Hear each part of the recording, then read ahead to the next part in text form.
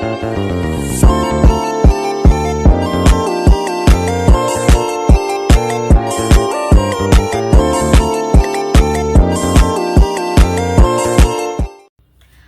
teman-teman, perkenalkan nama saya Fuji Glory Simanjuntak dengan NPM 2201010115. Nah, di sini saya akan mengulas materi tentang analisis data kualitatif. Apa sih itu analisis? Nah, analisis merupakan proses memeriksa atau menyelidiki suatu peristiwa melalui data untuk mengetahui keadaan yang sebenarnya, atau secara sederhananya itu kegiatan menyelidiki. Nah, contohnya itu bagaimana cara pandang seorang ibu rumah tangga yang bekerja di kantor tetapi bekerja juga sebagai ibu rumah tangga. Nah, di sini kan berarti adanya suatu masalah atau peristiwa yang dimana biasanya kan ibu-ibu bekerja di rumah saja, tetapi ibu-ibu milenial sekarang sudah lebih aktif untuk bekerja di kantor.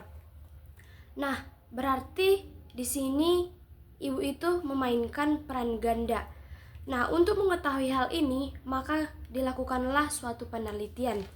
Selama melakukan penelitian di lapangan dalam mengumpulkan data, itulah yang disebut dengan proses analisis. Analisis data itu dimulai dari pernyataan "saya ingin meneliti ini".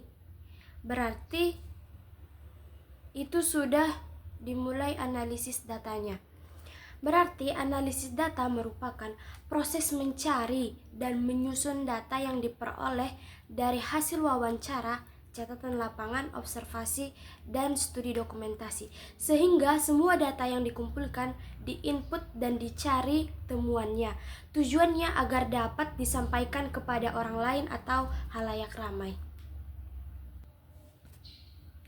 Proses analisis data itu dimulai dari sebelum turun ke lapangan, selama di lapangan, dan setelah selesai dari lapangan. Nah, sebelum turun ke lapangan, kita harus tahu dulu kondisi lapangan itu seperti apa sih. Nah, misalnya itu si peneliti ingin meneliti tentang konflik batas tanah antar suku di daerah Y misalnya. Nah, berarti kan sebelum turun ke lapangan kita harus memastikan dulu bahwa yang kita teliti itu nantinya benar adanya terjadi konflik atau tidak. Proses analisis data saat di lapangan itu terbagi menjadi dua, yaitu data collection atau pengumpulan data. Dapat melalui observasi, wawancara, dan dokumentasi. Nah, datanya itu langsung diolah dan ditranskrip. Terdapat dua model pengumpulan data, yaitu model pengumpulan data runtun atau berurutan dan model pengumpulan data acak atau spiralis. Model pengumpulan data runtun atau berurutan itu, ketika turun ke lapangan, kita sudah ada pedoman wawancara, pedoman dokumentasi, dan pedoman observasi.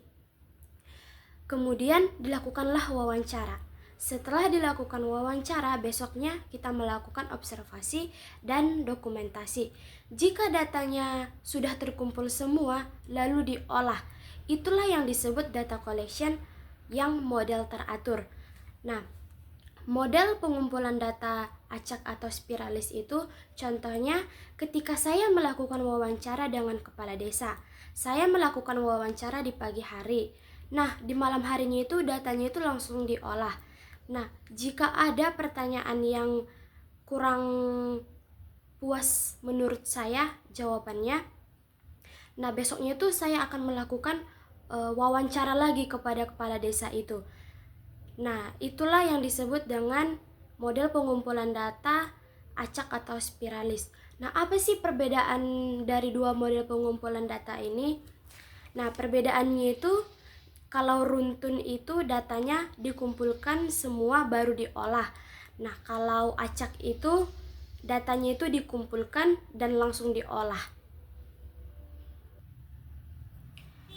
Nah, yang kedua itu data condensation atau proses pemilihan data. Nah, proses pemilihan data ini adalah proses untuk memfokuskan, menyederhanakan, dan mengabstrakkan suatu data. Nah, ketika kita melakukan wawancara, kita harus menggunakan bahasa yang sederhana dan mudah dipahami. Nah, contohnya itu wawancara dengan Ketua Pokdarwis tentang Sabta Pesona. Nah, dari wawancara yang kita lakukan, kita harus menyimak apa yang dikatakan, serta kita harus membuat ide pokok dari wawancara tersebut. Nah, bagaimana sih pembuatan ide pokok itu? Nah, pembuatan ide pokok itu atau temuan lapangan itu tergantung si peneliti itu sendiri. Nah, karena kan dia yang melihat dan dia yang mendengarkan secara langsung. Setelah membuat ide pokok, selanjutnya kita harus membuat kata kunci dari ide pokok tadi. Lalu kita konseptualisasikan. Nah, konseptualisasi kan merupakan makna dari sebuah konsep. Konseptualisasi merupakan proses membaca ide pokok, menghubungkan ide pokok ke konsepnya. Nah, misalnya ide pokoknya ini nih, mengajak masyarakat untuk sadar akan wisata. Nah, kata mengajak di sini kan masih menggunakan bahasa lapangan. Nah, kita harus ganti dia ke bahasa konseptualnya. Nah, mengajak ini kan mengarah pada partisipasi masyarakat. Nah, berarti kata kunci yang bisa kita gunakan yaitu aktivasi. Nah, dari ide pokok tadi mengajak masyarakat untuk sadar wisata itu, nah kita ganti dia menjadi aktivasi partisipasi masyarakat. Nah, yang kedua itu misalnya menumbuhkan kegiatan pariwisata. Nah, kata menumbuhkan di sini kan masih menggunakan bahasa lapangan. Nah, kita ganti dia kata menumbuhkan ini. Nah, kata menumbuhkan ini kan mengarah pada adanya pertumbuhan gitu. Nah, kata yang bisa kita ganti itu menjadi inovasi pariwisata. Kenapa sih kita harus menggunakan bahasa konseptualnya? Nah, kita menggunakan bahasa konseptualnya itu karena kita kan lagi membuat penelitian ilmiah. Berarti bahasa yang kita gunakan juga harus menggunakan bahasa yang ilmiah. Setelah membuat kata kunci, selanjutnya kita harus membuat kategorisasi berdasarkan kata kuncinya tadi.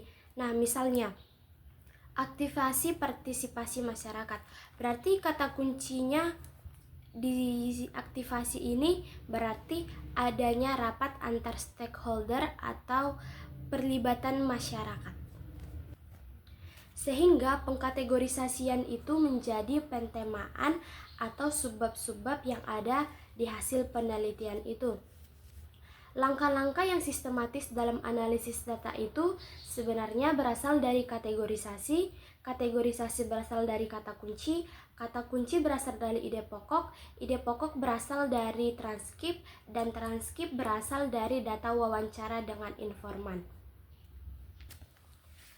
Nah, selanjutnya ada data display atau penyajian data.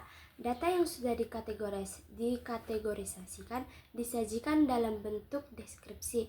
Misalnya pada ilustrasi lingkaran ini ada dia di dalamnya itu huruf kecil, huruf besar, dan angka gitu. Nah, kita harus kategorisasikan dia berdasarkan huruf besar ke huruf besar, huruf kecil ke huruf kecil, dan angka ke angka. Nah, itulah contoh pengkategorisasian. Pengkategorisasian tadilah yang menjadi subbab isi paragrafnya. Berarti diisi dengan kata kunci atau ide pokok. Kemudian si peneliti mendeskripsikan data lapangan dan harus mengkombinasikan di dalam sebuah paragraf tersebut. Yang terakhir itu ada conclusion atau menyimpulkan data. Yang terakhir yaitu kesimpulan. Di setiap subbab harus dibuat kesimpulannya, lalu ditarik kesimpulan utama dari subbab-subbab tadi. Nah, kesimpulan itu harus berisi pada jawaban-jawaban dari pertanyaan si peneliti. Nah, di sini saya akan mengulas materi tentang analisis data penelitian kuantitatif. Langkah awal dalam menganalisis data penelitian kuantitatif, yang pertama kita harus melihat validitas instrumen yang kita buat. Maksud validitas adalah mengetahui kelayakan butir-butir dalam suatu daftar pertanyaan dalam mendefinisikan suatu variabel. Secara sederhananya, kalau kita membuat instrumen penelitian kita dalam bentuk kuesioner atau angket, maka apakah setiap pertanyaan-pertanyaan yang telah kita tulis tersebut sudah mewakili variabel yang kita teliti? Nah, contohnya itu variabel yang kita teliti tentang pembelajaran online. Nah, kalau seandainya butir-butir pertanyaan yang kita tulis dalam instrumen tersebut berkaitan dengan pembelajaran online, maka kita bisa cek validitasnya, apakah sudah mewakili variabel atau tidak. Nah, sumber bukti validitas itu ada 5. Nah, yang pertama, bukti berdasarkan isi tes. Yang kedua, bukti berdasarkan proses respon. Yang ketiga, bukti berdasarkan struktur internal. Yang keempat, bukti berdasarkan hubungan dengan variabel lain. Yang kelima, bukti berdasarkan konsekuensi. Setelah kita melakukan uji validitas, selanjutnya yang harus kita lakukan yaitu uji reliabilitas, yaitu melihat ukuran suatu kestabilan dalam konsistensi responden dalam menjawab hal yang berkaitan dengan konstruk pertanyaan yang merupakan dimensi suatu variabel dan disusun dalam bentuk suatu kuesioner. Secara sederhana, uji reliabilitas itu mengarah pada instrumen yang kita buat itu apakah sudah mewakili dari penelitian kita, apakah sudah dapat mengukur apa yang hendak kita teliti. Uji reliabilitas dan validitas ini wajib dilakukan untuk penelitian kuantitatif. Jika seandainya tidak valid, maka hal yang harus kita lakukan adalah yang pertama, jika butir-butir pertanyaan tidak valid, maka kita bisa menghapus atau mengganti pertanyaan yang tidak valid tersebut. Nah, yang kedua itu mengganti pertanyaan yang tidak valid itu dengan pertanyaan lain.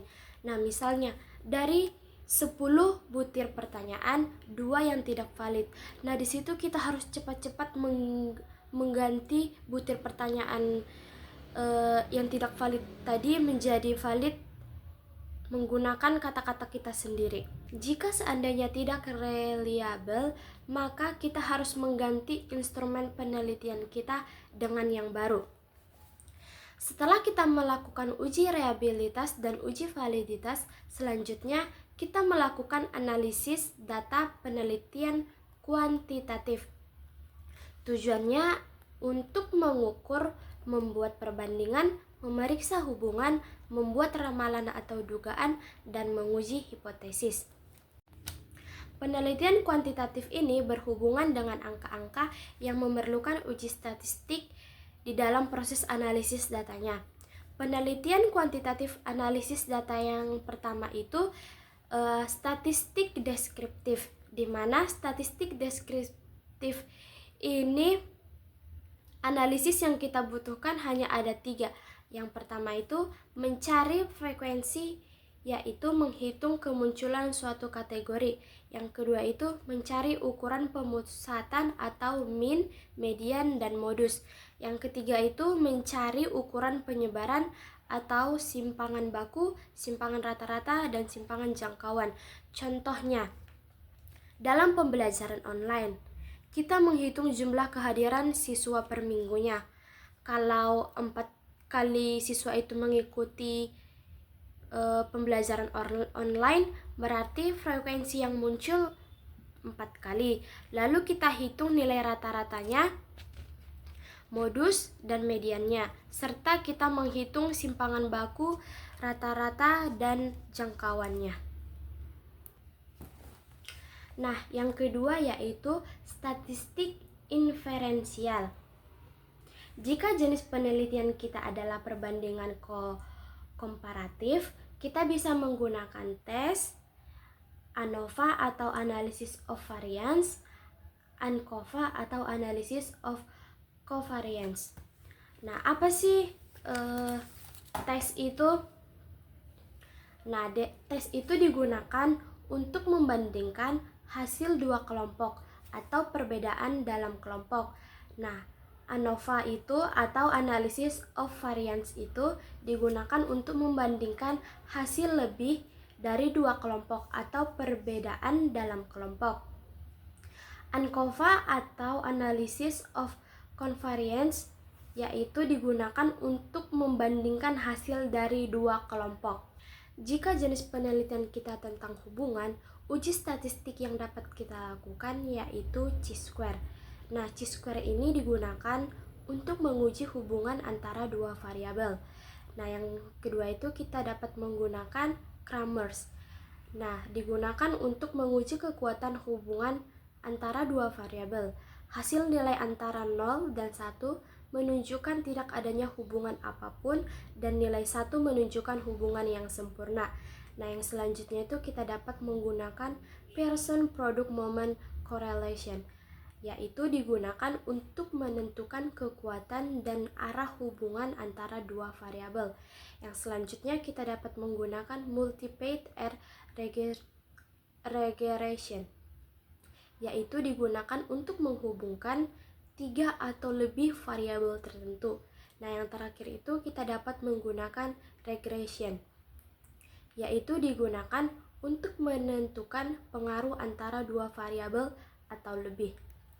Sekian dari pemaparan video saya. Terima kasih.